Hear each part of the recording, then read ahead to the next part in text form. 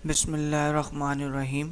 آج کا ہمارا ٹاپک جو ہے وہ چیپٹر 2 ہے، سولونگ بایولوجیکل پرابلمس، اور اس ٹاپک کے اندر ہم بیسیکلی جو ہے بایولوجیکل میتھڈ ڈسکس کریں گے اور اس کو ود ایگزامپل کے ساتھ ڈسکس کریں گے، اور اس کے اندر ہم بایولوجیکل میتھڈ کے ساتھ ساتھ سائنٹیفک میتھڈ بھی سمجھنے کی کوشش کریں گے۔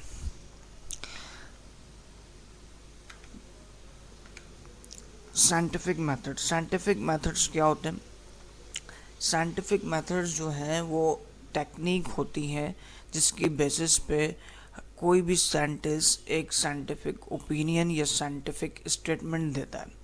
سائنٹیفک میتھڈ آنے سے پہلے جو ایرسٹوٹل کا زمانہ تھا، جسے ہم ارسطو کہتے ہیں، اور بھی سائنسدان ہیں، گریک سائنسدان، تو وہ سائنٹیفک میتھڈ کو فالو نہیں کرتے تھے۔ وہ جیسے ایک اپنی فلاسفی کو، اپنے نظریے کو، اپنی تھنکنگ کو سامنے رکھتے تھے، اور اس کو کسی میتھڈ کے تھرو، کسی پروسیس کے تھرو، کوئی پریکٹیکل اپلائی نہ کرتے ہوئے اس کو بس عوام کے سامنے رکھتے تھے، اور عوام اس کو جیسے تیسے وہ بولتے تھے ویسے ویسے وہ مان لیتی تھی۔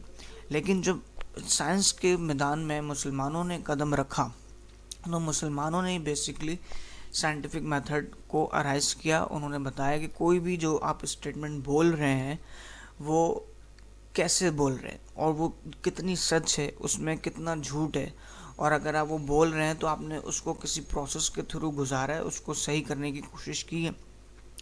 تو یہ بعد میں سائنٹیفک میتھڈ بنے، اور اس میں مسلمانوں نے اس کے اندر جو اس کو پہلے تو الائن کیا، یعنی کہ پہلے آبزرویشن بھی ہوتی تھی، ہر کوئی کسی بھی نئی چیز کو دیکھ کے آبزرو کرتا تھا، اس کے بارے میں سوچتا تھا اور جسٹ ہائپوتھیسس تک دے دیتا تھا، اور پھر وہ لوگ اسے مان لیتے تھے۔ لیکن جب مسلمان اس سائنس کے میدان میں انٹر ہوئے تو انہوں نے کہا نہیں، جو اسٹیٹمنٹ آپ نے دیا ہے، یعنی کہ جو ہائپوتھیسس آپ نے دیا ہے، جو آپ نے خیالات اپنے شیئر کیے ہیں، اس کو کسی ایکسپیریمنٹ کے تھرو پروف کریں کہ جو آپ بات بول رہے ہیں وہ صحیح ہے یا غلط۔ تو اس صحیح یا غلط کرنے کے لیے آپ کو کچھ نہ کچھ چیزیں پرفارم کرنی پڑیں گی، تب جا کے ہم وہ باتیں مانیں گے۔ تو مسلمانوں نے اس کے اندر سائنٹیفک میتھڈ کے اندر ایکسپیریمنٹ، انالیسس، کنکلوژن، رزلٹ کو متعارف کرایا، اور اس پورے سرکل کو، اس پورے سائنٹیفک میتھڈ کو انہوں نے ارینج کیا کہ کوئی بھی جو چیز ہوگی وہ ان میتھڈ کے تھرو ہی آبزرو کی جائے گی، یا کوئی بھی ان میتھڈ کے تھرو گزاری جائے گی، تب وہ ایک ریلائبل چیز بنے گی، اور تب وہ اس قابل ہو جائے گی کہ سب اس کے اوپر تحقیق کریں یا اس کو ماننا شروع کر دیں۔ تو ابن الہیثم، البیرونی، ابن سینا، یہ وہ سائنٹسٹ تھے جنہوں نے کنٹریبیوٹ کیا، محنت کری کہ ایکسپیریمنٹ کے تھرو چیزوں کو ثابت کرنا شروع کیا، اور ایکسپیریمنٹ اور اس پورے میتھڈ کو انہوں نے ارائز کیا۔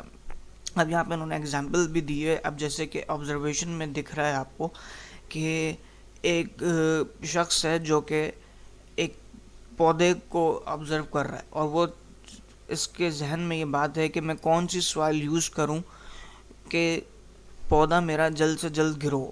تو جب اس نے کہا کہ پودے کو گرو کرانے کے لیے مجھے سوائل کی ضرورت ہے، تو اس کے ذہن میں آیا کہ میں کون سی سوائل یوز کروں، یعنی کہ اس کے ذہن میں کوسچننگ ارائز ہونے شروع ہو گئے کہ ایک پودے کو اگر میں گرو کرنا ہے مجھے، تو میں اس کے لیے کون سی فرٹیلائزر یوز کروں گا، کون سی کھاد یوز کروں گا جو اس کو زیادہ سے زیادہ گرو اپ کرے گی۔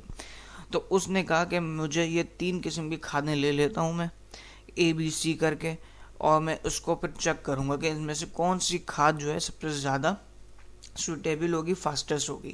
تو اس نے پہلے اپنی سوائل کے اوپر آبزرو کرتے ہوئے اس نے کوسچننگ ارائز کی اور ریزننگ دینا شروع کری۔ کوسچننگ ارائز مطلب کہ خیالات آنا، سوالات آنا، اور پھر سوالات کے خود ہی جواب آنا، یا کوئی اور اس کے ریزن پوچھے اور آپ اس کے جوابات دیں۔ پھر یہاں پہ اس نے کہا کہ پلانٹ کو گرو کرانے کے لیے ایک اچھی فرٹیلائزر کا ہونا ضروری ہے، یعنی کہ پلانٹ تب تک گرو نہیں کرے گا اچھا جب تک اس کو اچھی فرٹیلائزر نہیں ملے گی۔ تو پھر اس نے اس کو ہائپوتھیسس کیا، یعنی کہ اسٹیٹمنٹ دیا، اور پھر اس نے اس کو ایکسپیریمنٹ کیا۔ پھر وہ اس چیز کو، اپنے ہائپوتھیسس کو ایکسپیریمنٹ کر کے دیکھے گا کہ وہ ایک ہی کھاد کو اے میں ڈالا، بی میں ڈالا، سی میں ڈالا، یعنی کہ اس نے ایک کھاد کو اے میں ڈالا، بی کھاد کو بی مڈ میں ڈالا، اور سی کھاد کو فرٹیلائزر کو اس نے سی مڈ میں ڈالا اور پھر اس نے اس کا ایکسپیریمنٹ کیا تو اس نے دیکھا بھائی کہ ایک کھاد جو تھی، اے فرٹیلائزر جو تھی، اس نے پودے کو سب سے اچھا گروتھ دیا. تو اس کا مطلب ہو گیا اے فرٹیلائزر بہترین رہے گی میرے پودے کو گرو کرانے میں. تو یہ اس نے رزلٹ اخذ کر لیا، رزلٹ نکال لیا کہ اے فرٹیلائزر اگر یوز کی جائے گی تو وہ سب سے بہتر رہے گی. اور اس کا جو ہائپوتھیسس تھا، جو اس نے اسٹیٹمنٹ دی تھی، وہ اس ایکسپیریمنٹ کے تھرو کریکٹ ثابت ہو گئی. تو اس کو ہم نے کنکلوژن میں یہ کنکلوڈ کرا دیا کہ اے فرٹیلائزر بیسٹ ہے کسی بھی قسم کے پودے کو اگانے میں. تو یہ ایک جنرل سا اوور ویو سائنٹیفک میتھڈ کا ہم نے یہاں پہ دیا ہے کہ بایولوجیکل میتھڈ کو سمجھنے کے لیے سائنٹیفک میتھڈز کو سمجھنا ضروری ہے، کیونکہ بایولوجیکل میتھڈ بھی سائنٹیفک میتھڈ سے ہی ارائز ہوئے ہیں. بایولوجیکل میتھڈ صرف اور صرف لیونگ آرگینزم کی اسٹڈی، لیونگ آرگینزم کی پرابلمس کو سولو کرنے کے لیے اپلائی کیے جاتے ہیں. تو اس لیے ہم نے اس کو سپریٹلی الگ ہیڈنگ میں کر دیا کہ یہ بایولوجیکل میتھڈز ہیں، جو کہ صرف جب ہم لیونگ آرگینزم کی اسٹڈی کر رہے ہوں گے، بھلے پلانٹ ہو، بھلے اینیملز ہو، بھلے مائکروبیل آرگینزم ہو، تو ہم اس کو بایولوجیکل میتھڈ کے ہی تھرو سولو کریں گے. تو بایولوجیکل میتھڈز کیا ہوتے ہیں؟ بایولوجیکل میتھڈز کے اندر بھی یہی اسٹیپ ہوتے ہیں کہ ہمیں ایک سائنٹیفک اسٹیٹمنٹ پروڈیوس کرنی ہوتی ہے. کوئی بھی پرابلم ارائز ہو جاتی ہے ہمارے ارد گرد، بایولوجی کے اندر کوئی نیچر پرابلم آ گئی، کسی پلانٹ میں بیماری آ گئی، جیسے کہ ابھی اکثر پچھلے سال یہ واقعہ سننے میں آیا تھا کہ کھیتوں کے اوپر ٹڈی دل کا حملہ ہو گیا، تو وہ ایک پرابلم آ گئی، اس کو کس طرح سولو کیا جائے. تو ڈفرینٹ پرابلم مستقل آتی رہتی ہیں. تو بایولوجیکل پرابلم سولو کرنے کے لیے جو ہمارے پاس یہ میتھڈ ارائز ہوتے ہیں، وہیں سے ارائز ہوتے ہیں کہ سب سے پہلے جو ہم جو ہیں آبزرو کریں گے، پھر اپنا کوئی نہ کوئی ہائپوتھیسس کریں گے، پھر اس کو ایکسپیریمنٹ کریں گے. اس ایکسپیریمنٹ سے اگر وہ صحیح ثابت ہوگا تو ہم کنٹینیو کریں گے، رزلٹ پہ آئیں گے، اور رزلٹ پہ آنے کے بعد ہم اس کو کنکلوڈ کر دیں گے. تو یہ ہمارا ایک سمپل پروسیس ہوتا ہے، بالکل سملر ٹو سائنٹیفک میتھڈ ہے.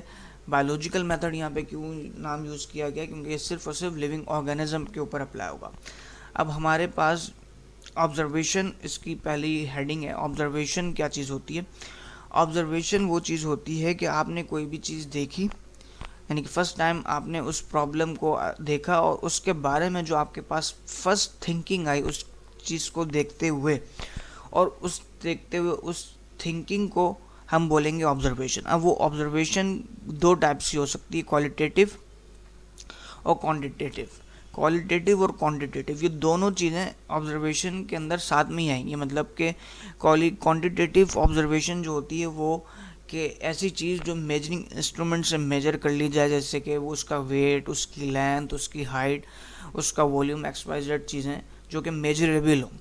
کوالیٹیٹیو آبزرویشن وہ ہوتی ہے کہ آپ اس کو سونگھ کے، اس کو دیکھ کے، سونگھ کے، ٹچ کر کے آپ نے کیا فیل کیا. تو اس دونوں کی مدد سے، کوالیٹیٹیو اور کوانٹیٹیو کی مدد سے، جو آپ کے ذہن میں تھنکنگ ارائز ہوگی، فرسٹ تھنکنگ ارائز ہوگی، اس کو ہم آبزرویشن بولیں گے. اسی طرح سے ایک بایولوجیکل پرابلم 1880 میں ارائز ہوئی تھی، اور اس میں تقریباً جو ہیں 2,80,00,000 لوگ سفر کیے تھے اس بیماری سے، اور اس بیماری کا نام جو تھا ملیریا تھا. یعنی کہ ملیریا 1880 میں بیماری آئی تھی، جو کہ وبائی امراض تھا، جس طرح سے آج کل کووڈ-19 چل رہا ہے. تو یہ 100 کنٹریز میں اس وبا نے جو ہے اثر دکھایا تھا، اور اس سے تقریباً 20 لاکھ لوگ مارے جا چکے تھے. کووڈ میں بھی اسی طرح کی کنڈیشن ہے، لیکن یہ ایک ملیریل ڈیزیز تھی، یہ ایک مچھر کے کاٹنے سے ہوئی تھی. لیکن یہ ایک کووڈ جو ہے یہ وائرل ڈیزیز ہے، جو کہ ایک وائرس کے پینیٹریٹ کر جانے کی وجہ سے ہوتی ہے. اب تک کی اطلاعات کے مطابق جو ہے کووڈ سے پوری دنیا میں 32 لاکھ لوگ انتقال کر چکے ہیں، یعنی کہ 3.2 ملین لوگ ڈائی ہو چکے ہیں اس بایولوجیکل پرابلم کی وجہ سے. تو یہ سملر ایگزامپل اس لیے دی کیونکہ کرنٹلی یہ سچویشن ہماری پوری دنیا کو فیس کرنی پڑ رہی ہے.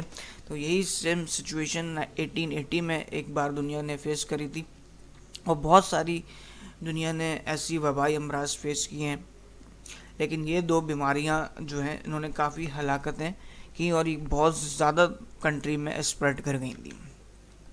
تو اس وقت کے سائنٹسٹ جو تھے، فرینچ فزیشین تھے لاروین، انہوں نے جو ہے اس کے اوپر اسٹڈی کری اور انہوں نے دیکھا کہ جن کو ملیریا ہوا تھا، یعنی کہ ملیریل پیشنٹ انہیں بولا جا رہا ہے جن کو مچھر نے کاٹا تھا، اور مچھر کے کاٹنے کی وجہ سے ان کے اندر کچھ نہ کچھ سمٹم ارائز ہوئے تھے، اور اس سمٹم ارائز ہونے کی وجہ سے وہ اس بیماری میں چلے گئے تھے. تو انہوں نے ان تمام پیشنٹ کا جو ہے انہوں نے بلڈ سیمپل لے کے جب کلیکٹ کیا تو انہوں نے کہا کہ میں نے اس میں ایک ایسا کریچر دیکھا ہے کہ جو نارمل پیشنٹ کے بلڈ میں نہیں ہوتا. تو اس کریچر کو انہوں نے کیا نام دے دیا؟ پلازموڈیم نام دے دیا، کہ ہم نے ملیریل پیشنٹ میں ایسا کریچر دیکھا ہے جس کا نام، جو کہ ایک ہیومن باڈی میں نہیں ہوتا لیکن ان پیشنٹ میں پایا جا رہا ہے، تو اس کا نام انہوں نے پلازما کی مناسبت سے پلازموڈیم نام دے دیا. یہ ان کی فرسٹ آبزرویشن تھی جو انہوں نے اس بیماری کے اوپر کری. تو یہ ایگزامپل ہو گئی، ہم نے ساتھ ساتھ ایگزامپل بھی چلا رہے کہ یہ لاروین کی آبزرویشن تھی جو انہوں نے آبزرو کیا اس ملیریل پیشنٹ میں کہ پلازموڈیم ایک چیز پائی جا رہی ہے ان ملیریل پیشنٹ میں. یہ ان کی آبزرویشن تھی. پھر انہوں نے اسی آبزرویشن کو کنٹینیو کرتے ہوئے انہوں نے اپنا ہائپوتھیسس دیا، اور وہ ہائپوتھیسس کیا تھا ہم نے اسٹڈی کریں گے ابھی. ہائپوتھیسس کیا ہوتا ہے؟ پہلے تو ہم یہ دیکھ لیتے ہیں ہائپوتھیسس کیا ہوتا ہے. ہائپوتھیسس کیا ہوتا ہے؟ اکارڈنگ ٹو آبزرویشن کی بیس پہ اور کوسچننگ کی بیس پہ، جس سے ہم ریزننگ بھی بول سکتے ہیں، اس کی بیس پہ ایک اپنا ایکسپرٹ اوپینین یعنی کہ انٹیلیجنٹ گیس وہ سائنٹسٹ دیتا ہے. کوئی بھی اپنا ایکسپرٹ رائے دیتا ہے، جیسے کہ ہر فیلڈ میں کوئی نہ کوئی ایکسپرٹ ہوتا ہے اور وہ اپنے سوچ کے حساب سے، اپنی تعلیم کے حساب سے، اپنے ایکسپیرینس کے حساب سے وہ اسٹیٹمنٹ دے رہا ہوتا ہے. تو انہوں نے جب آبزرویشن کر لیا اور اس پہ کوسچننگ ارائز کر لی، ریزننگ کر لی کہ یہ واقعی میں پرابلم کیا ہے، تو انہوں نے یہ جب اپنا اسٹیٹمنٹ دیا تو انہوں نے دیا کہ پلازموڈیم ہی ملیریا کا کوز ہے، یعنی کہ پلازموڈیم ہی ملیریا کروا رہا ہے پیشنٹس کے اندر. ریزننگ کیا ہوتی ہے؟ کہ جو آپ نے آبزرویشن دیا ہے وہ کتنا صحیح ہے، کتنا غلط ہے. تو اس کو ہم دو طریقوں سے جانچنے کی کوشش کرتے ہیں، جس میں انڈکٹیو ہو گیا اور ڈیڈکٹیو ہو گیا. انڈکٹیو ریزننگ میں جو ہوتا ہے ہم اسپیسیفک ٹو جنرل موو کرتے ہیں. کیسے؟ مثال کے طور پہ کہ ملیریل پیشنٹ کے اندر پلازموڈیم موجود ہوگا. اور ڈیڈکٹیو ریزن میں کیا ہوتا ہے؟ جنرل ٹو اسپیسیفک جاتے ہیں. اف اینڈ دین کنڈیشن ہوتی ہے، اگر یہ ہوگا تو کیا ہوگا، اگر یہ نہیں ہوگا تو کیا ہوگا. تو ڈیڈکشن میں انہوں نے کہا کہ اگر پلازموڈیم کسی بھی ملیریل پیشنٹ میں ہوگا تو وہ، اگر پلازموڈیم کسی بھی پیشنٹ میں پایا جا رہا ہے تو اس کو ڈیفینیٹلی 100% شور اس کو ملیریا ہوگا. یہ انہوں نے ڈیڈکٹیو ریزننگ دی، اور ان دونوں کی بیسس پہ، انڈکٹیو اور ڈیڈکٹیو ریزننگ کی بیس پہ انہوں نے یہ اپنا ہائپوتھیسس دیا، اپنا ایک انٹیلیجنٹ گیس دیا کہ plasmodium he cause of malaria ہے. پھر اس کے بعد جب انہوں نے اسٹیٹمنٹ دے دیا، اس کے بعد انہوں نے ایکسپیریمنٹ کیا. کہ ظاہر سی بات ہے کہ صرف اسٹیٹمنٹ انف نہیں ہوتا. اسٹیٹمنٹ کے بعد لوگ پوچھتے بھی ہیں کہ بھائی یہ جو بات آپ نے کی ہے کتنی سچ ہے، کتنی غلط ہے. تو اس سوال کے لیے انہوں نے ایکسپیریمنٹ کیا. انہوں نے دو گروپ لیے، ایک کنٹرول گروپ لیا اور ایک ایکسپیریمنٹل گروپ لیا. کنٹرول گروپ کا مراد وہ کہ جس میں ہیلدی پیشنٹ لیے گئے، ہیلدی پیشنٹ کا ڈیٹا لیا گیا، اور ایکسپیریمنٹل گروپ وہ جس میں انہوں نے وہ پیشنٹ لیے جن کو ملیریا ہو گیا تھا. پھر انہوں نے ان دونوں پیشنٹس کا جو ہے بلڈ سیمپل چیک کیا، اور بلڈ سیمپل میں یہ چیک کیا کہ ملیریل پیشنٹ جو ہیں، یعنی کہ ایکسپیریمنٹل گروپ جو ہے، ان سب کے اندر پلازموڈیم کا کریچر پایا گیا، اور جو نارمل پیشنٹ تھے یعنی کہ کنٹرول گروپ تھا، جو نارمل پیشنٹ تھے، جو کنٹرول گروپ تھا، ان میں کسی پیشنٹ کے بلڈ کے اندر بھی جو ہے وہ پلازموڈیم نہیں پایا گیا. اور پھر اس کو دیکھتے ہوئے انہوں نے جو ہے رزلٹ بنا دیا. اب رزلٹ کیا ہوتا ہے؟ کوئی بھی جب ہم ایکسپیریمنٹ کر رہے ہوتے ہیں تو رزلٹ جو ہے اس ایکسپیریمنٹ کو ایکسپلین کر رہا ہوتا ہے کہ یہ اس جو ہم نے ایکسپیریمنٹ پرفارم کیا اس میں کتنی باتیں ہماری غلط تھیں، کتنا ہائپوتھیسس ہمارا غلط تھا، کتنا ہائپوتھیسس ہمارا صحیح تھا.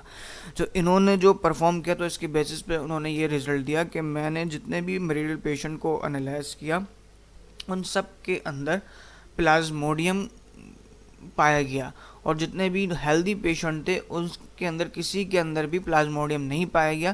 تو یہ ان کا رزلٹ آیا. رزلٹ کے بعد جو ہے انہوں نے پوری اپنی ڈسکشن کو تھرو آبزرویشن سے لے کر رزلٹ تک کنکلوڈ کیا، اور انہوں نے بتا دیا کہ جن جن پیشنٹ کے اندر پلازموڈیم ہوگا ان سب پیشنٹس کو ملیریا ہوگا. اور انہوں نے یہ ایک اسٹیٹمنٹ جو دیا تھا plasmodium is cause of malaria, یہ ثابت ہو گیا. اور پھر اس اسٹیٹمنٹ کو اب ہر کوئی بتا سکتا ہے، ہر کوئی مان سکتا ہے. تو یہ ایک پروسیس ہوتا ہے کسی بھی سائنٹیفک پرابلم کو سالو کرنے کا. تو یہ چیز ہوتی ہے کہ جس طرح ایک کوئی بھی بایولوجیکل پرابلم کو سالو کیا جاتا ہے. اب جب ہم دیکھتے ہیں کہ جب ہم ڈاکٹر کے پاس جا رہے ہوتے ہیں تو ڈاکٹر بھی ہمیں سب سے پہلے آبزرو کرتا ہے، وہ اپنے اسٹیتھوسکوپ سے ہمیں چیک کرتا ہے، اور ہم جو کنڈیشن بتا رہے ہوتے ہیں اس سے وہ انالائز کر رہے ہوتے ہیں. اور پھر جب مثال کے طور پہ آپ کو فیور ہے اور آپ ڈاکٹر کے پاس گئے تو وہ اپنے پوری اسٹیتھوسکوپ سے تھرمامیٹر سے آپ کو چیک کریں گے، آپ کی اسٹیٹمنٹ جو آپ نے دی ہے اس کو پورا چیک کریں گے. پھر اس کے بعد وہ اپنے اگر مثال کے طور پہ آپ کو بہت تیز بخار ہے تو وہ بولیں گے بھائی آپ کو ٹیسٹ کروا کے لانا پڑے گا کیونکہ مجھے کنفیوژن ہے، یا تو آپ کو ملیریا بھی ہو سکتا ہے یا تو آپ کو ڈینگی بھی ہو سکتا ہے. کیوں انہوں نے یہ بولا؟ کیونکہ یہ ان دونوں کنڈیشنز میں، ملیریا اور ڈینگی کی کنڈیشن میں دونوں کے اندر فیور ہوتا ہے. لیکن اب یہ کیسے پتہ چلے گا کہ آپ کو ملیریا ہے یا ڈینگی ہے؟ تو اس کے لیے ڈاکٹر کیا کرتے ہیں، ٹیسٹ لکھ کے دیتے ہیں. ٹیسٹ میں پتہ چلتا ہے وہ اگر وائٹ بلڈ سیل زیادہ ہوں گے تو اس کا مطلب ہے کہ آپ کو ملیریا ہے، کیونکہ ہمیشہ وائرل انفیکشن میں وائٹ بلڈ سیل بڑھ جاتے ہیں. اور اگر وہ دیکھیں گے آپ کی بلڈ رپورٹ میں کہ آپ کے پلیٹلیٹس کم ہیں تو وہ سمجھ جائیں گے کہ بھائی آپ کو ڈینگی ہے. تو پھر اس ٹیسٹ ریزلٹ سے، اس ٹیسٹ سے جو ایکسپیریمنٹ کیا ہے اس سے وہ ایک رزلٹ نکال لیں گے بھائی کہ آپ کو جو ہے ملیریا ہے یا آپ کو ڈینگی ہے، اور اس کے بعد وہ کوئی نہ کوئی آپ کو دوائی لکھ کے دے دیں گے. تو یہ آبزرویشن ہوتی ہے جو کہ ہر سائنٹسٹ، ہر میڈیکل پروفیشنل اور ہر پروفیشنل اس چیز کو فالو کر رہا ہوتا ہے جو کہ سائنس کی اسٹڈی کر رہا ہوتا ہے. اس کے بعد جو آخری اسٹیپ تو نہیں کہیں گے، تھیوری آتی ہے. تھیوری کیا ہوتی ہے؟ تھیوری جو ہوتی ہے بیسیکلی نان سائنٹسٹ کی ٹرم میں بھی بہت تھیوری کا لفظ اپلائی ہوتا ہے. تو نان سائنٹسٹ میں جو تھیوری کا میننگ کہلاتا ہے وہ ہوتا ہے کہ اپنا گیس، آپ کا کیا گیس، آپ کس بارے میں آپ کی اپنی پرسنل اوپینین کیا ہے. تو ہر کوئی بولتا ہے کہ میری اپنی تھیوری یہ ہے، اپنی تھیوری وہ ہے. اب مثال کے طور پہ اگر آپ سے کوئی پوچھا جائے کہ ناردرن ایریاز کیسے ہیں پاکستان کے، تو ہر کوئی اپنا ڈفرینٹ اوپینین دے گا. ہر کسی کو ڈفرینٹ جگہ اچھی لگ رہی ہوں گی، تو یہ اس کی اپنی پرسنل تھیوری ہوگی. لیکن سائنٹسٹ جب اپنی تھیوری دیتا ہے تو اس کا کوئی پرسنل اوپینین نہیں ہوتا، بلکہ یہ اوپینین جو وہ تھیوری دے رہا ہے وہ اوپینین جو ہے اس نے کافی لوگوں نے اس کو ٹیسٹ کیا ہوتا ہے. جب تھیوری سائنٹسٹ دے رہا ہوتا ہے تو وہ چیز کو جو ہے اس نے کافی ٹیسٹ کیا ہوتا ہے. اور صرف اس سائنٹسٹ نے نہیں ٹیسٹ کیا ہوتا بلکہ بہت ادر سائنٹسٹ نے ڈفرینٹ طریقے سے اس کو ٹیسٹ کیا ہوتا ہے، تب جا کے وہ تھیوری بنتی ہے. یعنی کہ جو ہم نے اوپر رزلٹ نکالا تھا کہ پلازموڈیم جو ہے تمام ملیریل پیشنٹ میں ہے اور پلازموڈیم ہی ملیریا کی وجہ ہے، تو اس ایکسپیریمنٹ کو صرف لارون نے ٹیسٹ نہیں کیا. اس ایکسپیریمنٹ کو جو ہے ڈفرینٹ سائنٹسٹ نے ٹیسٹ کیا ہوگا اور ہر بار یہی رزلٹ آ رہے ہوں گے تو وہ چیز تھیوری بن جاتی ہے. یعنی کہ ڈفرینٹ سائنٹسٹ ٹیسٹ کریں اور رزلٹ وہی سیم آئے تو پھر ہم اس کو تھیوری کا درجہ دے دیتے ہیں، کہ اس اسٹیٹمنٹ کو ہم تھیوری کا درجہ دے دیتے ہیں. جیسے کہ ہمارے پاس بھی ڈفرینٹ تھیوری موجود ہیں بایولوجی میں، کہ تھیوری آف ایوولوشن موجود ہے، بایوجینیسس اور ایبایوجینیسس کی تھیوری موجود ہے. تو تھیوری کا مطلب ہو گیا کہ وہ سائنٹیفک اسٹیٹمنٹ جس کو ہر ڈفرینٹ سائنٹسٹ نے اپنے طریقے سے ایکسپیریمنٹ کیا اور رزلٹ وہی آ رہا ہو جو کہ پہلے سائنٹسٹ کا آیا ہو، تو وہ چیز کیا کہلاتی ہے؟ تھیوری کہلاتی ہے. لا اینڈ پرنسپل جو ہے بایولوجی میں اتنے یوزفل نہیں ہوتے، مطلب لا اینڈ پرنسپل بایولوجی میں آپ کہہ سکتے نہیں ہوتے ہیں، کیونکہ لا اینڈ پرنسپل کا تعلق جو ہے ہم ڈفرینٹ سائنسز میں دیکھ رہے ہوتے ہیں، کہ ہم نے دیکھا ہوگا فزکس میں ہم نے پڑھا ہوگا کہ نیوٹنس کا لا ہم نے فزکس میں پڑھا، کیمسٹری میں law of mass of conversation پڑھا، لیکن بایولوجی میں جو لا ہوتے ہیں وہ نیچرز لا کہلاتے ہیں، یعنی کہ یونیورسل لا، یعنی کہ بایولوجیکل لا کوئی چینج نہیں کر سکتا، جس طرح اللہ نے بنا دیے وہ اللہ نے بنا دیا۔ سورج مشرق سے نکلتا ہے تو مشرق سے ہی نکلے گا، سورج مغرب میں غروب ہوتا ہے تو مغرب میں ہی غروب ہوگا۔ واٹر سائیکل اللہ تعالیٰ نے بنا دیے، لوگ اس کے اوپر ریسرچ تو کر سکتے ہیں لیکن اس واٹر سائیکل کو چینج نہیں کر سکتے۔ تو نیچرز لا بایولوجی کے اندر لا بنے بنائے ہیں، کوئی نیا لا انٹروڈیوس نہیں ہو سکتا اور کوئی پرانے ایگزسٹنٹ لا میں کوئی چینجنگ نہیں کر سکتا۔ تو بایولوجی کے اندر ہم کوئی بھی چیز لا نہیں بنا سکتے کیونکہ وہ نیچر کا معاملہ ہے۔ تھیوری تک تو ہم جا سکتے ہیں لیکن لا بنانا امپاسبل ہے، بلکہ ممکن ہی نہیں ہے، کیونکہ لا اللہ تعالیٰ نے بنا دیا ہے، وہ اسی نظام سے چلے گی اور وہ اسی کے نظام سے اللہ کے مطابق وہ ختم ہوگی، اللہ جیسا چاہے گا وہ ہوگا۔ تو لا ہم بایولوجی میں نہیں بناتے لیکن اور ڈفرینٹ سائنسز میں ہم لا بنا رہے ہوتے ہیں، جیسے کہ فزکس میں ہو گیا، کیمسٹری میں ہو گیا، اور ایک پورا ہمارے پاس ہر ملک کا الگ الگ قانون ہوتا ہے، تو لا ہم اس تناظر میں بھی لیتے ہیں، لیکن بایولوجی کے اندر ہم لا بایولوجی میں نہیں ہوتا، لوگ بایولوجی کے اندر لا بنے بنائے ہوتے ہیں، جسے ہم نیچرل لا بولتے ہیں یا یونیورسل لا بول رہے ہوتے ہیں۔ یہاں پہ ہمارا جو ہے ٹاپک جو ہے ختم ہو گیا۔ اس میں یہ یہاں پہ ہم نے ریفرنس شیئر کیا کہ جہاں سے یہ ہم نے لیکچر کو گیدر کیا ہے، britannica.com سے ہم نے سائنٹیفک میتھڈز لیے ہیں اور 9 کلاس کی بایولوجی کی بک سے ہم نے یہ پورا چیپٹر کو ڈسکس کیا ہے، اور آخر میں وہی آپ سے گزارش کہ اس کو لائک کریں، سبسکرائب کریں اور بیل آئیکن کو پریس کریں، اور کوئی بھی کوئری آپ ہے اگر تو وہ اس کو کمنٹ باکس میں شیئر کریں، اور آپ کو اگر ہمارے نوٹس چاہیے تو وہ فیس بک کے لنک پہ جا کے ان باکس کر سکتے ہیں آپ، تو وہ آپ ہمارا جو ہے لیکچرز لے سکتے ہیں۔ شکریہ۔